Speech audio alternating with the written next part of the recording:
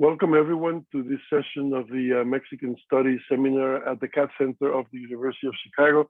My name is Emilio Curí. I'm the center's director, and we're very, very pleased today to welcome as our speaker Shane Dillingham, who's going to talk to us about his new book. He holds a PhD in history from the University of Maryland and is currently assistant professor of history at Albright College.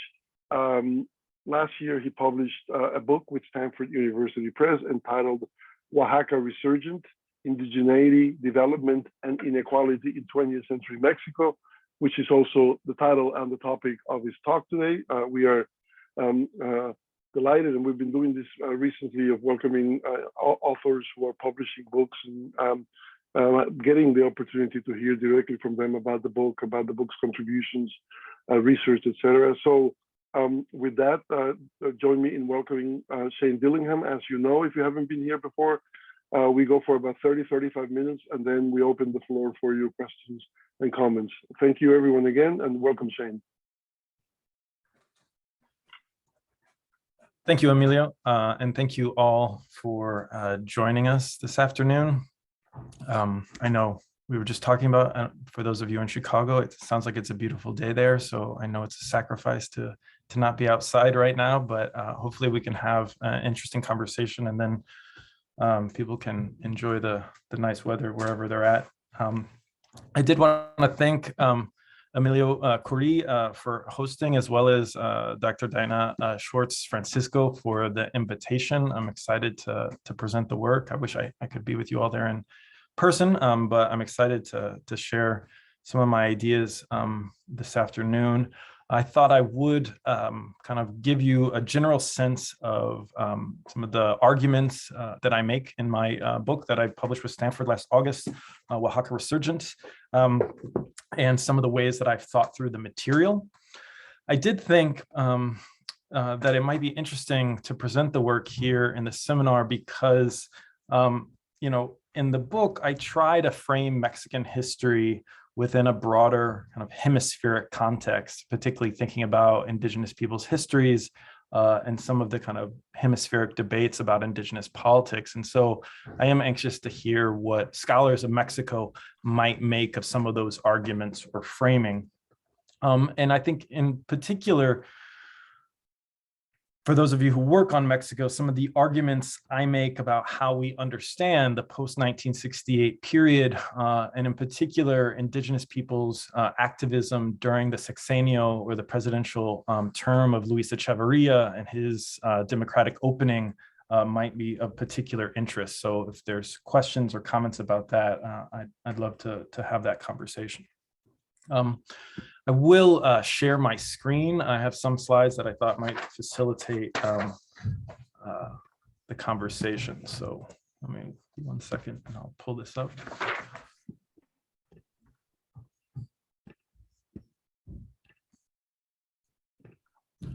All right, can people see that?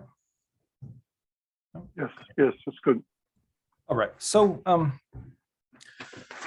in the book, Oaxaca Resurgent, I focus on indigenous people's fraught relationship with 20th century modernization through a case study of the history of the southern Mexican state of Oaxaca, which is pictured here. Obviously, shares a border with Guerrero to its west and Chiapas to its east.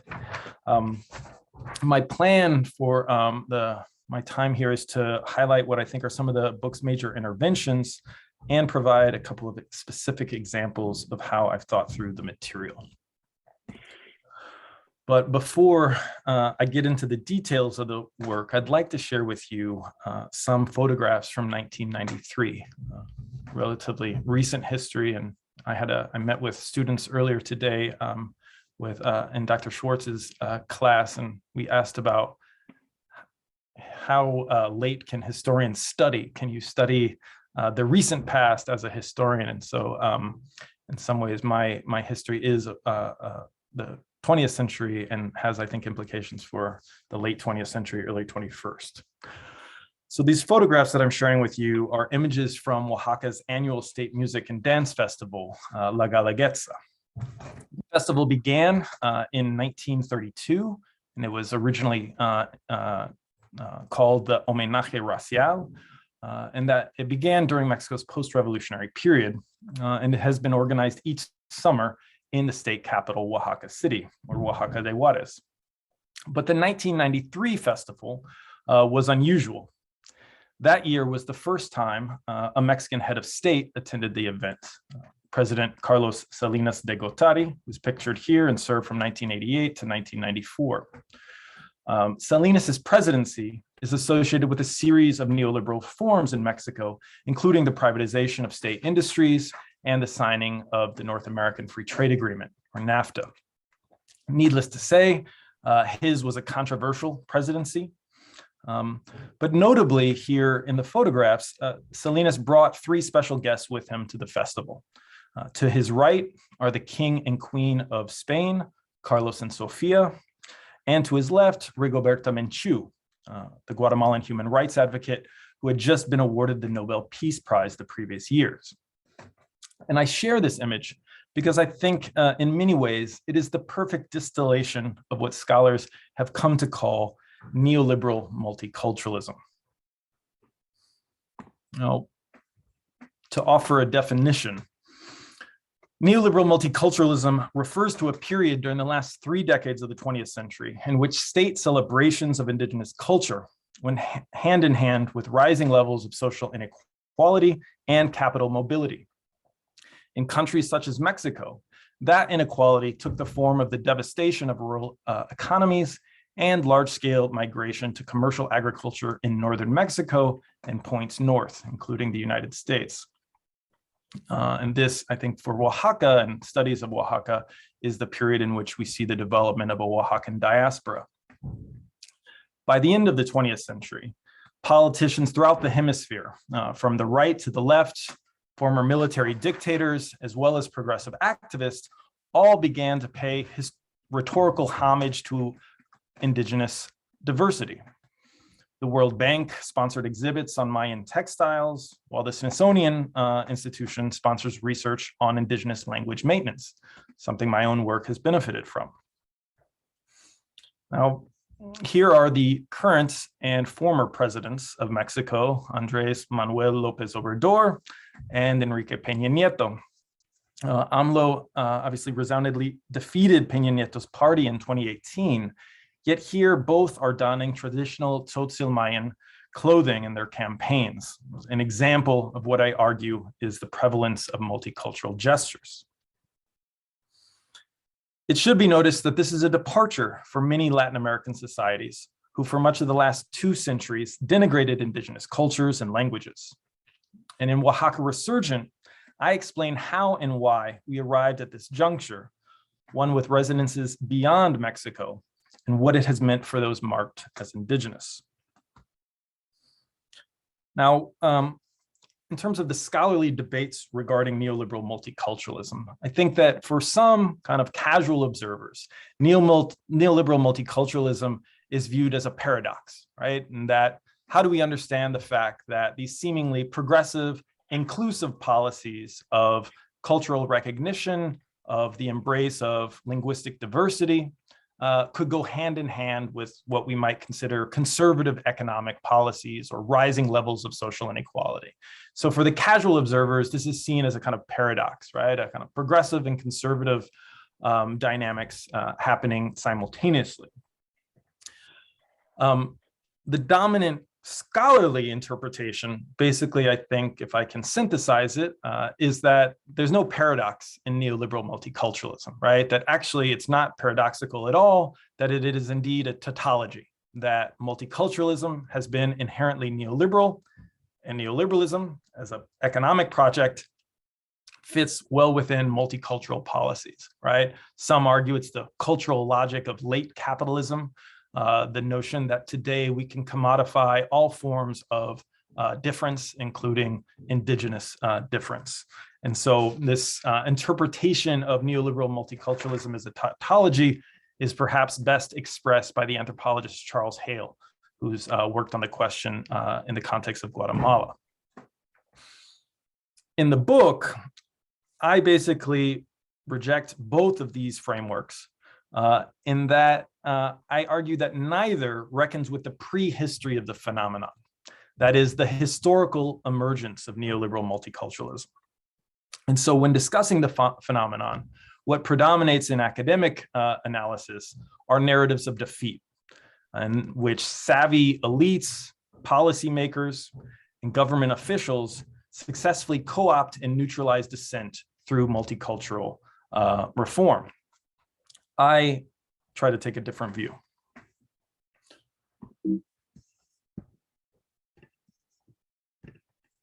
Excuse me. So in the book, I argue three processes were central to the emergence of multicultural policies in Mexico and beyond. The first, post-World War II development projects that engaged indigenous brokers. The second, new left cultural pluralism and anti-colonialism. And the third, grassroots struggles around educational reform and austerity. I argue that these factors contributed to two interrelated but distinct outcomes: an official multiculturalism, which I just described, and increasingly a politics of indigenous resurgence, marshaled against state authoritarianism. And just to mention, the image I included in this slide is a poster for the anniversary of the Tricontinental Conference hosted in Havana, Cuba in 1966. I include this just because I think it gives you a sense of the cultural pluralism that the New Left and anti-colonial politics is producing during this period, a description or a depiction of anti-colonial struggle in which Africa, Asia, and Latin America are represented side by side. Now, these interventions are part of my overarching goal of broadening the scope of scholarship on Mexico. This has meant centering indigeneity and policies of indigenous development and modernization, what in Latin America is frequently referred to as Indigenismo. I also aim to make Mexican history speak to global and hemispheric debates. I think the work has implications for policies of diversity and questions of tokenism in the United States, as well as the growing historical literature on the rise of rights discourses, such as women's rights or human rights. And I'm thinking here of the work of Jolie Olcott on the 1975 International Women's Conference organized in Mexico City, or Sam Moyne's work on human rights in his book, Not Enough: Human Rights in an Unequal World. Now, to provide an example of indigenous resurgence, I think we're all familiar with, in 1994, as Mexico signed the North American Free Trade Agreement, a rebel indigenous army from the state of Chiapas launched a rebellion against the state, demanding economic and cultural rights. And I think that's kind of crucial to recognize that they were demanding both economic and cultural rights. So by indigenous resurgence, I'm referring to everything from mobilizations of the American Indian movement in the United States to the Mapuche of southern Chile that challenged racist practices and demanded recognition of the unique cultural and historical experiences of Native people. In the book, I argue that 20th century modernization schemes, far from mere homogenizing processes, contributed to the recreation of indigenous difference and fueled movements of indigenous resurgence. Mid-century development models focused on cultural insiders and local actors as key to successful modernization, be it in education or public health. And through oral histories, my book grounds these processes in the lived experiences of indigenous teachers. These intermediary or go-between figures give us, I think, a much finer grained analysis than some of the 30,000-foot theories do. And through the experience of these individuals, I recover indigenous activists' engagement with and contributions to anti-colonialism. I argue against both class first as well as identitarian or essentialist frameworks by showing how activists in southern Mexico in the 1970s produced a politics and political practice that understood indigenous struggles as part of a universal struggle against colonialism and for a radically egalitarian world.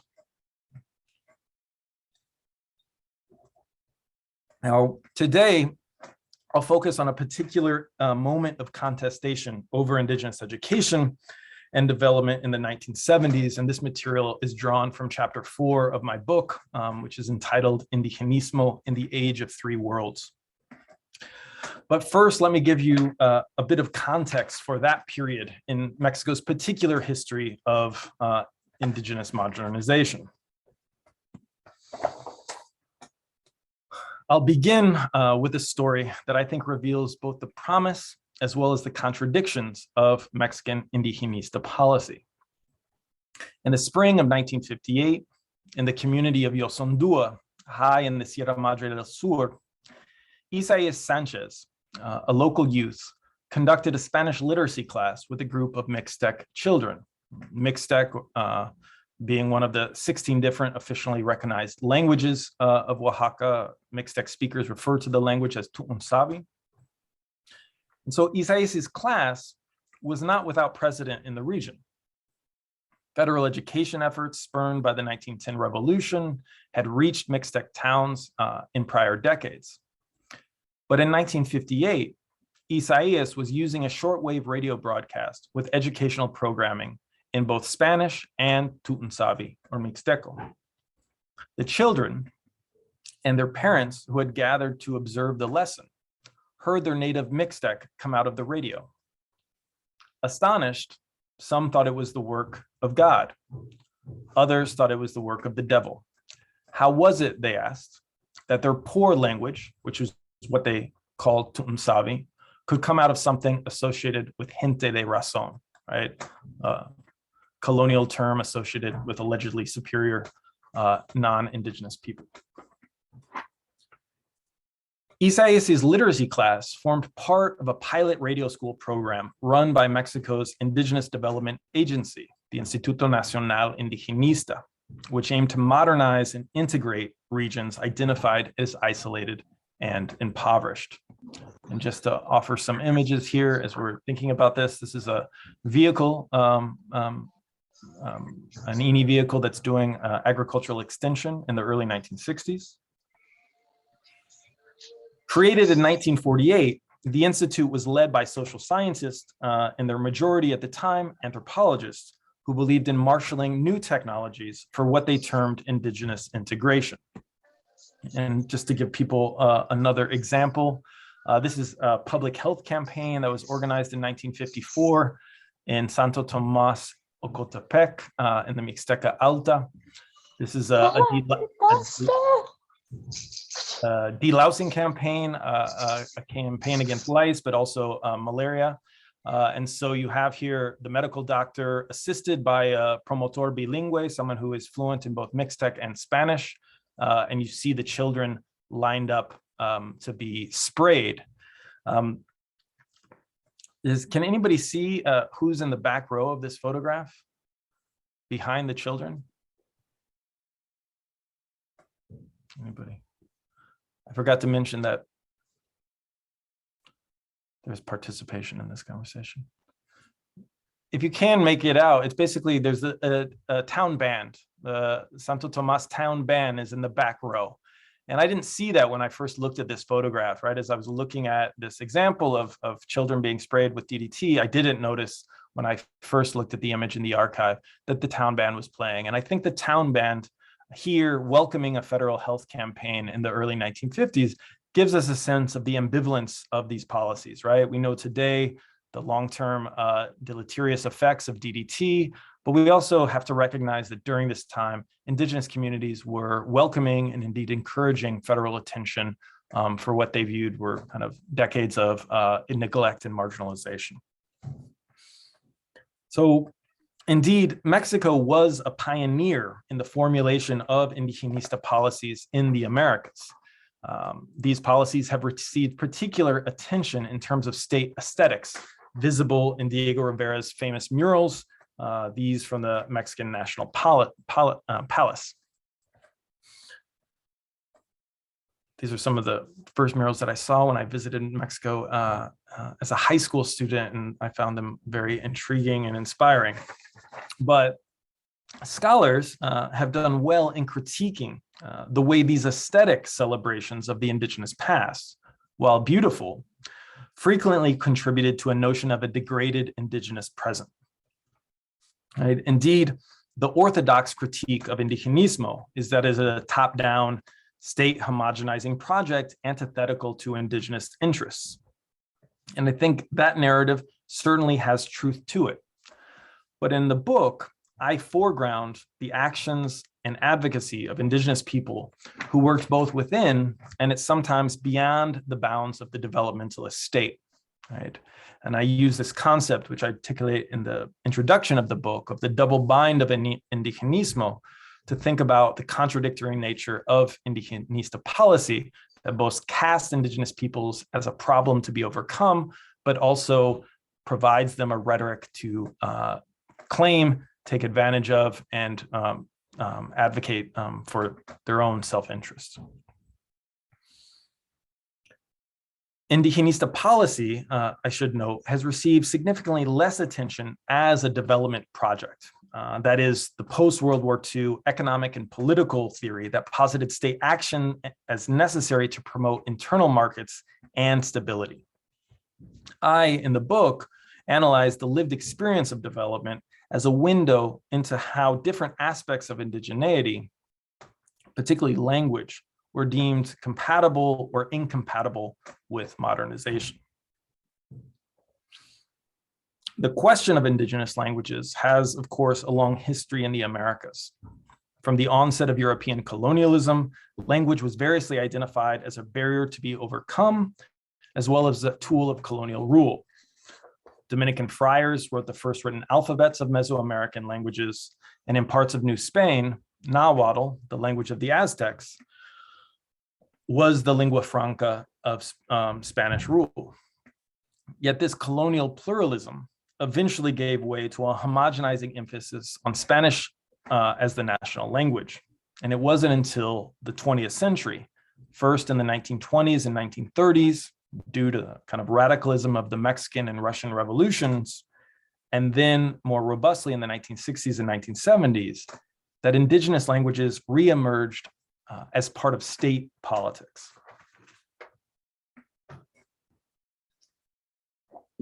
Many 20th century intellectuals and policymakers argued indigenous languages were a barrier to modernization, with the attendant notion that these languages would naturally die off through urbanization. And even those motivated by visions of social justice associated with the Mexican Revolution, such as Rafael Ramirez, identified native languages as barriers to broader class politics of campesino or peasant movements. And regardless of the proclivities of the theorists, governments, including the Mexican government, more often than not used language practices to define who was or was not indigenous. In Oaxaca Resurgent, I also examined the interplay between the urban political left and indigenous youth in rural regions and demonstrate how a new politics of anti-racism and anti-colonialism associated with the new left shaped indigenous struggles. As Native youths campaigned for access to education and professional development, they drew on new theories articulated by figures such as Franz Fanon or Amilcar Cabral. And by focusing on how these transnational discourses shaped Mexico, my analysis expands on previous models in Mexican historiography, which have emphasized the institutional revolutionary party's rule in post-1940 political hegemony. Mexico figures prominently in the global 1960s because of its hosting of the 1968 Summer Olympics, right? And these are images of 1968, a year of global youth rebellion. And of course, this is an image in the corner of the slide of US sprinters raising the Black Power salute at the Olympics. And when I share this with my students, very few of them know that this Black Power salute took place in Mexico City in 1968. But of course, in the lead up to the Olympics, there was a massive Mexico City student-based movement or youth-based movement that used the Olympics to challenge the authoritarianism of the Mexican government and the ruling party. I've included some of the art that student movement produces. In the aftermath of 1968 and the repression of the student movement, President Luis Echeverria of the ruling party attempted to respond to and control these protests. Echeverria directed a political opening of the Mexican state, termed the Apertura Democrática, and projected himself as a leader of the third world. He invited the socialist president of Chile, Salvador Allende, on an official state visit to Mexico in 1972, and was rhetorically supportive of the Cuban Revolution. Domestically, Echeverria oversaw a host of liberalizing reforms, including in indigenous education. But he also green-lighted an increasingly violent, dirty war in which thousands lost their lives. Some have described his rule as part of the política de doble rostro, that is a kind of two-faced politics, or a pan o palo, bread or stick strategy that involves repression and negotiated reforms.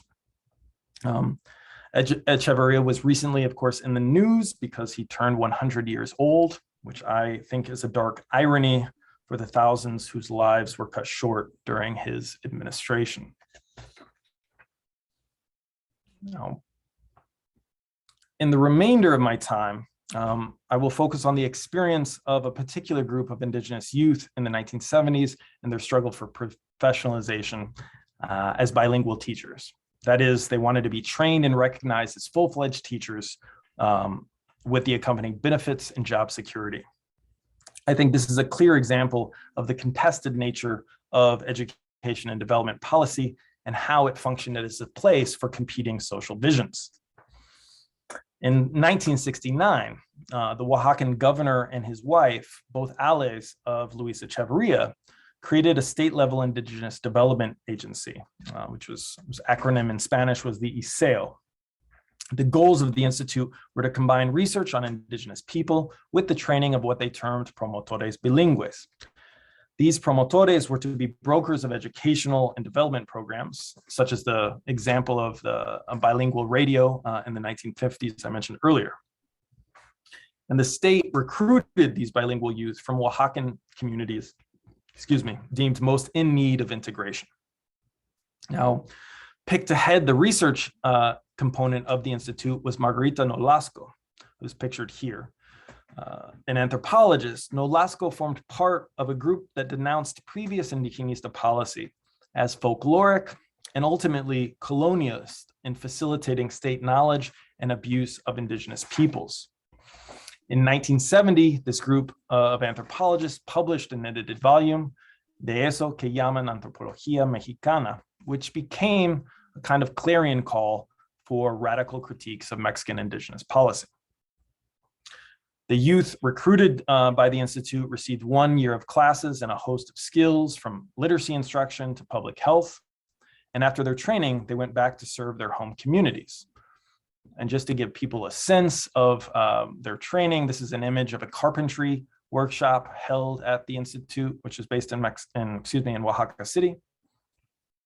And then this is a public health pamphlet produced by the Institute in 1969.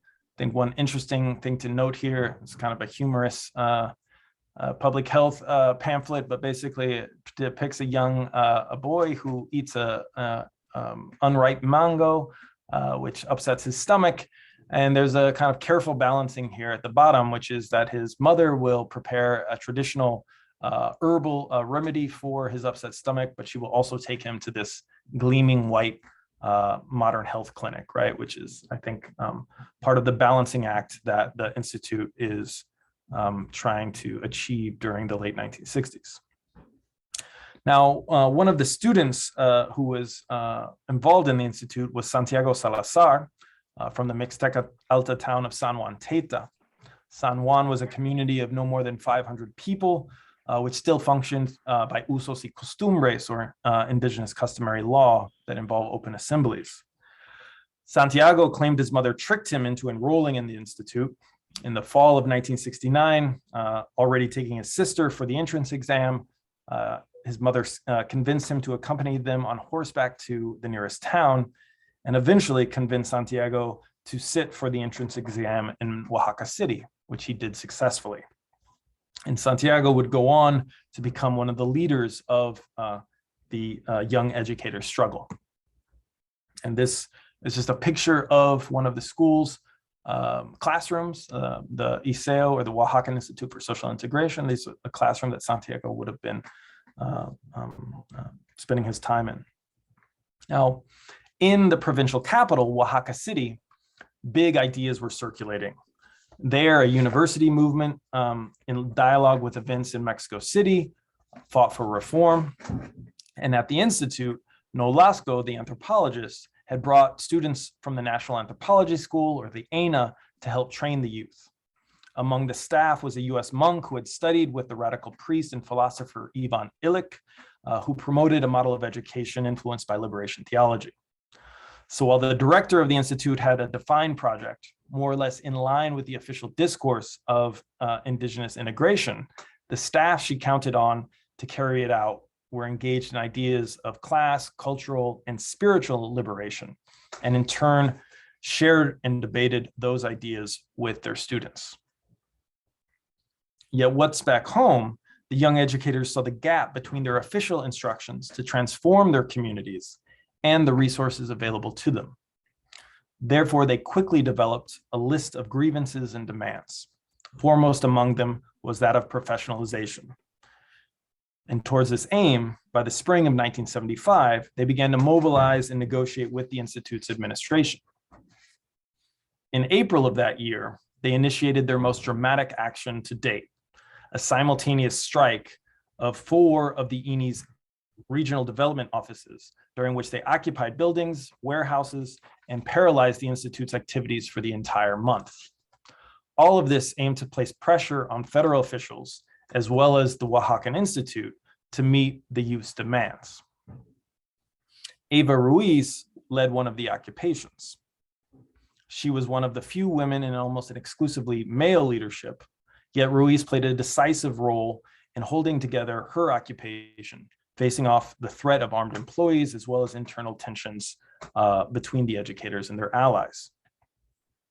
These young educators' experience, I think, demonstrates how a global politics of anti-colonialism and anti-racism found resonance among Oaxacan youth and would-be teachers, and was re-articulated on their own terms. Take, for example, the leaflets they distributed outside state government offices in Oaxaca City. And this is the document, the original document on my right, and my translation on the left. And this is pamphlets that read, "It is not the promotores' fault that those who train them professionally foolishly think it is possible to develop an indigenous community without confronting caciques, monopolies, and landlords, a confrontation that is utterly political. This situation reveals the contradictory character of the Mexican government that ends up frightened of its own demagoguery." And here the youth are clearly making reference to Echeverria's third worldist discourse, which claims a kind of radical posture and political alliance with the third world. And they're arguing that the government itself is afraid of its own rhetoric. Development here, I think, clearly served as a terrain of struggle in which youth chosen for their language ability developed an alternative vision of what education and development should be. Now, the youth were eventually successful, winning their demands for the reinstatement of their leaders who had been fired and their own professionalization. This led to the creation of federal positions for bilingual teachers in 1975, and by 1978, a new sub-ministry of Indigenous Education.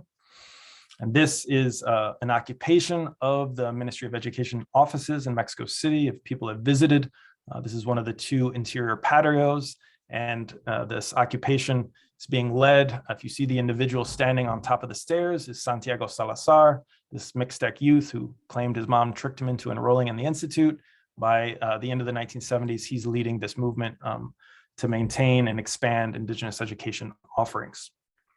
Now, one could frame, and this is to try to get myself wrapped up here, one could frame this story as one of successful co-optation of a radical threat, right? In which a savvy multicultural reformulation of the government's rule is achieved over the course of the 1970s and early 1980s.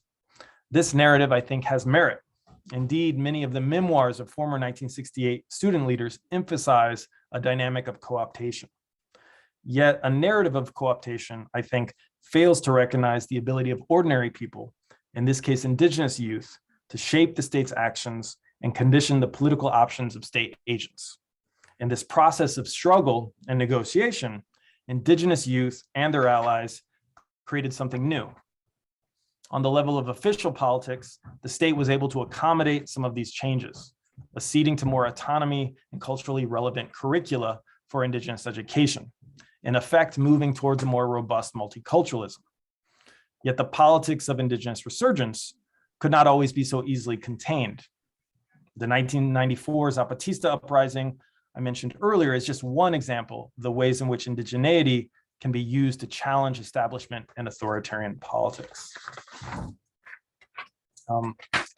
And I'll just to wrap up quickly, I think this returns us to the conundrum that I raised at the beginning of my presentation, which is how we understand the rise of neoliberal multiculturalism in Mexico.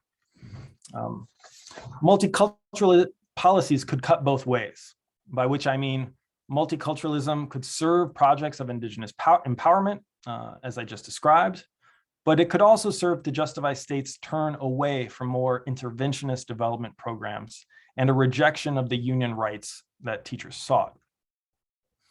This history moves us beyond full throttle endorsements of multiculturalism, as well as scathing denunciations. It instead reveals a co-construction, right? That concessions went both ways. It moves us beyond normative claims. And I think it also restores contingency and agency into the historical process, an understanding crucial for our present world as well.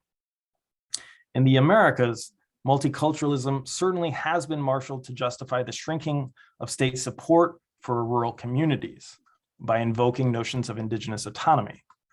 Yet a related centering of indigeneity has been and continues to be marshaled for other ends, as a way for those of us marked as indigenous to assert a place in national politics, rights to resources, and cultural expression. It is in this sense that indigeneity remains a productive way of making the past speak to the present. Thank you very much. Thank you. Thank you, Shane, for that presentation. We have some time now for questions and for comments. If you would like to use the raise your hand function on Zoom, I'd be happy to call on you, and we'll try to get through as many of them as we can. So don't be shy, go ahead. I mean, while people put their questions together, actually, I was going to ask one, but I see that Rene just raised his hand, so I'll have him go first. Rene, go ahead. Thank you. Can you all hear me? Yes. Yes. Great. Thank you. This was a really interesting presentation. I learned a lot about, especially taking a historical perspective on this. My question to you is, I mean, one of the preconditions to deal with the indigenous population was that the state first had to define who was indigenous. They had to define their target of all these policies. Do you get a sense of, within these elites, within these political elites, within these elites that were designing these policies, was there a big debate about who counted as indigenous, right? Because in other areas, in other areas of Latin America, the state didn't necessarily deal with indigenous people as indigenous, but they dealt with them as poor people or as peasants, right?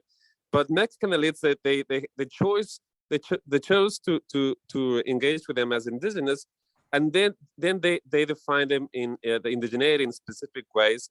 What was the nature of this internal debate? Was there a disagreement about using language? How did that look from within in terms of the Mexican elites during this particular time that you're looking at?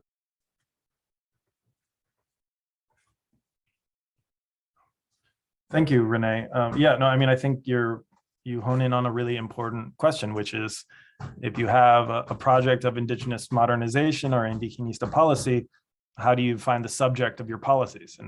And so there is, I think, debate and discussion. Certainly, if you think about the 20th century in kind of broader strokes, in the post-revolutionary period, in the period during Lázaro Cárdenas's presidencies, campesino politics, agrarian reforms are kind of clear political categories that are used in rural Mexico that I think, we kind of can't ignore. The INE itself is created in 1948 as the federal state, I think, is growing, and the INE early on, the Indigenous Development Agency, is kind of doing a bunch of everything in terms of infrastructure, education, public health. They do commission regional studies of regions they understand to be indigenous by anthropologists and economists who go out and try to analyze, do basically development diagnostics of these regions. And they try to come up with, in their research kind of travel logs, how to define their subject. And they talk about particular cultural practices. They talk about indigenous customary law. But time and time again, I think what is represented as the way to define indigeneity is through language and language practices. And so when, for example, Moises de la Peña, who's a kind of important economist, who's doing a regional study of the Mixteca in the late 1940s, when he notes that there's a decline in indigenous language speakers through census data, he says that the indigenous population has decreased and they have joined the proud kind of political category of being Mexican campesinos. And so for a lot of these, and these are frankly voices that consider themselves progressive, they understand indigeneity as, at least in that mid-century moment, as a cultural condition related to a legacy of the conquest that is transitory and that will, disappear over time. He thinks that. There are, of course, other people within the INE bureaucracy. There's indigenous anthropologists themselves, who are bilingual in their native languages, who are trained at the anthropology school in Mexico City, the ENA, and they don't offer such kind of simplistic formulations of indigenous identity. But I do think that over and over again, language is what these people fall into as the key to understanding their indigenous subject. And so, and the Mexican census continues to do that up until, the first decade of the 21st century. Indigenous population is defined by language ability until very, very recently. Thank you. Susan, you're next. Hi, thank you for a very interesting talk, Alan. And I'm going to ask you, and this might not be fair, to leap decades and over the border. As someone who has worked with and observed the Mexican Hometown Association's movement for a long time, one of the things that's very striking is the organizational solidarity and strength of the FIOB, which was the Frente Indígena Oaxaqueño Binacional, which is centered in California. And I mean, we have a wonderful Michoacán Federation in Illinois, et cetera. But can you trace any kind of conscious legacy where this question of indigeneity, is indigenous identity within the Mexican migrant community has done something to strengthen and solidify the organizational ties of an organization which among migrant associations is one of the few that proclaims its indigenous identity? Yeah, thank you, Susan. Part of this history, and I think is worth kind of reflecting on, is, as I'm analyzing, federal attention to Oaxaca as a place of impoverishment, as a place in need of integration, and the kind of policies that are developed at mid-century. The idea of these policymakers, Indigenista policymakers, is that they are going to integrate the Mixteca into a national economy in order to solve its problems of poverty. And they identify the causal factors of that poverty as local factors, as local elites, as local inequalities and access to land. And so they think if they integrate and they get rid of those local barriers, that they will facilitate the empowerment of the local population. What strikes me is what happens is that what they do is, in many ways, through education, public health, and infrastructure, is they end up facilitating out migration to northern Mexico and then eventually to parts of western United States, California, and the Pacific Northwest, right? And so it's kind of an ironic way, their development efforts facilitate people's migration out. And I think that's in part because they had a misdiagnosis of that the inequalities in Oaxaca weren't just due to local factors, but actually due to how Oaxaca was inserted into an international economy. And so, I think a lot of the literature that I was reading early on when I was working on this book was about the FIOB, other migrant organizations, and in Oaxacan indigenous organizing in Baja California and the United States, as a place where a kind of indigenous, pan-indigenous or pan-Mixtec consciousness was developing, right? Because in Oaxaca, if I'm from San Juan Mixtepec and you're from Chalcatongo, we might not have a lot in common. But as migrant laborers who speak very similar languages, there's that kind of possibility of solidarity and organizing across community lines. So, I had to kind of start with that literature because there wasn't a lot of scholarly literature on the kind of mid to late 20th century of Oaxaca, and kind of work my way back. I do think that the FIOB has done amazing things there in the United States. They've also tried to, I think, affect local politics in the Mixteca. I think they fight a kind of uphill battle. There has been increasing, from my understanding, drug cultivation in Western Oaxaca near the border with Guerrero. And so people associated with the FIOB who've tried to kind of transform local politics face, I think, daunting challenges as they're confronting, an organized presence of drug production there. So, but I think there's lots of interesting ways, when I would be doing work in those communities in Mixteca Alta, there would be children who spoke to me in English, right? They would, they'd see this, guy who did not fit in, and they would speak to me in English, and they were children of migrants who spoke Mixtec and English. And they had actually not really learned Spanish because they spoke Mixtec at home, and then they learned English in U.S. public schools in California. And so I think the Oaxacan diaspora is an important, dynamic in and of itself, but it's, I think it has the potential to shape Oaxacan politics as well. Thank you. Yeah. Thank you, Diana. You're next. Yeah, thanks, Shane, for that really great presentation. I was wondering if you could talk briefly, I know we don't have a lot of time, but about the land question.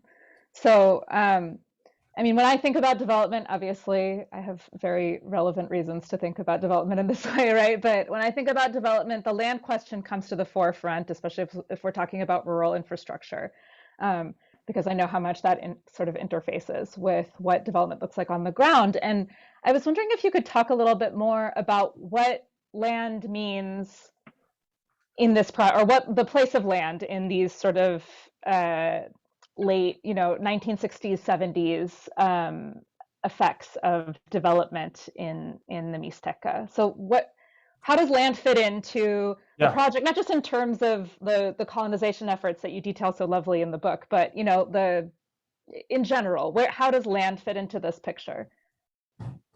Yeah, no, I think that's a really important topic.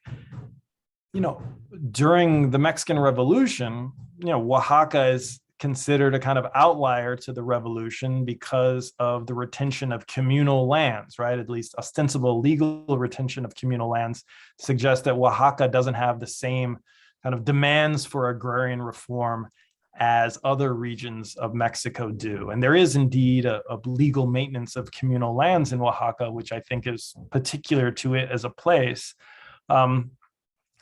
I think that persistence of communal lands, however, hides the way in which increasingly by mid-century, regional elites are taking up, seizing more and more lands, either formally or informally through questions of debt. And so there's a way in which, even though there's a persistence of communal land holdings, there is an accumulation of land in fewer and fewer hands in places like the Mixteca. And so some of those early anthropological and reports that the INI commissions as well as the one by Moises de la Peña, they argue that there's a need for land reform in Oaxaca in the 1950s. And that there needs to be a kind of aggressive land reform. Those policies don't get taken up, by federal policymakers. And so I feel like there's, and I think you would probably be familiar with this, right? There's a kind of difference between what the kind of on the ground researchers are saying is the problem and what policies end up getting enacted. And of course, one of the things that I do talk about in the book is that many of these development thinkers at the time are working under a framework of overpopulation, that the Mixteca Alta has a increasingly growing population, and that the land cannot support that population, right? And this is a very popular idea in development thinking at the time, right? That there's too many people for the land to support. And so while some people on the ground would argue, well, we need agrarian reform and we need to confront these structural inequalities, what the policy ends up getting that gets picked up is one of directed colonization. That is, move the highland population to a region that has fewer people with more fertile lands. And they try to do that by moving highlanders down to the Pacific coast, and that doesn't work very well. But I think the other thing that I try to talk about is that people, of course, in particular indigenous communities, aren't interested in permanent resettlement, even if they're engaged in seasonal migration to other parts of Mexico or to the United States, because they have an attachment to the land in terms of kind of, indigenous spiritual thinking and ideas, and their antepasados are buried there, their saints are there. And so there's a way in which I think the land isn't just about, relative levels of agricultural output, but also there's a cultural and spiritual significance to the land that not everybody is taking into account when they're thinking about these policies at mid-century, at least. Thanks. Thank you. We're almost out of time, but I have a quick question. Well, it's not quick, but I'll make it quick, and you can take the little time that's left to, take a shot at it. So I wanted to hear you say something about how you think about the distinction between, the fostering of ethnic identities versus the fostering of pan-indigenous identity, right? I mean, and it's kind of at the heart of this, right? I mean, Oaxaca alone, as you said, has 16 languages. Mexico has a few dozen, and thus now there used to be many more, historically, that have disappeared.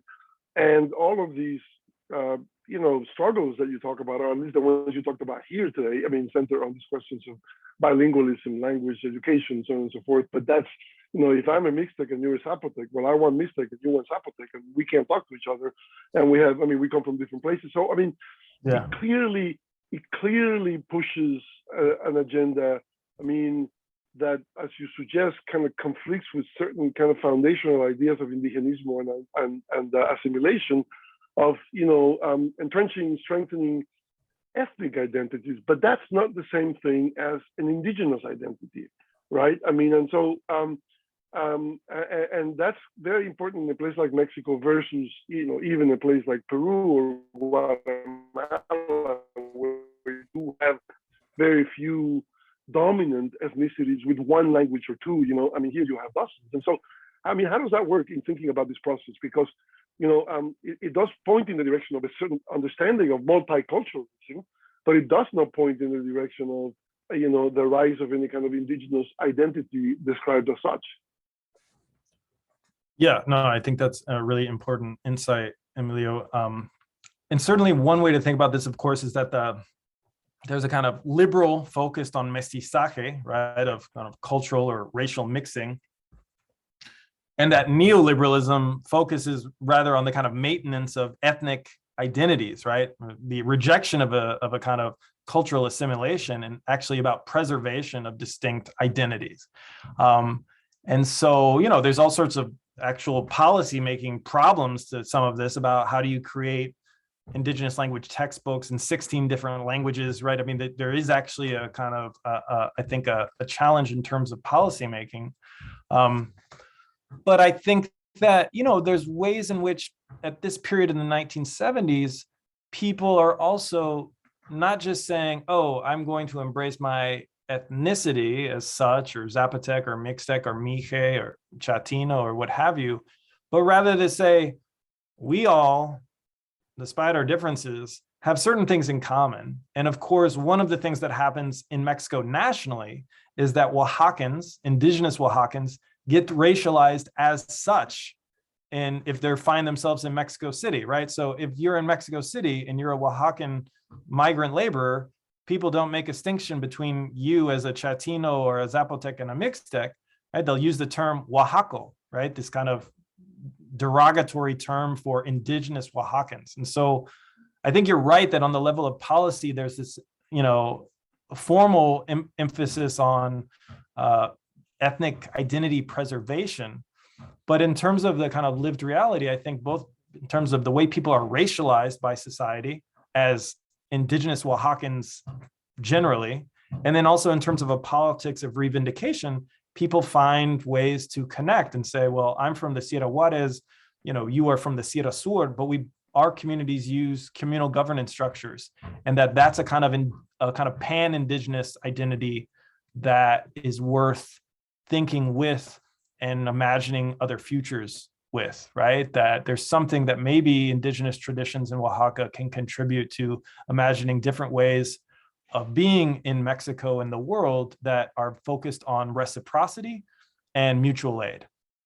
And that, I think, is the kind of exciting part of an indigenous politics that's a pan-indigenous politics that can respect those kind of particular cultural or ethnic differences. Right. We're almost out of time. I just want to say that I hear you. It's an interesting project, but one that has historically, in its short life, has faced a great deal of difficulty. The Zapatistas tried very openly to build the pan-indigenous movement and failed, spectacularly. I can't say what the future will bring, neither can you.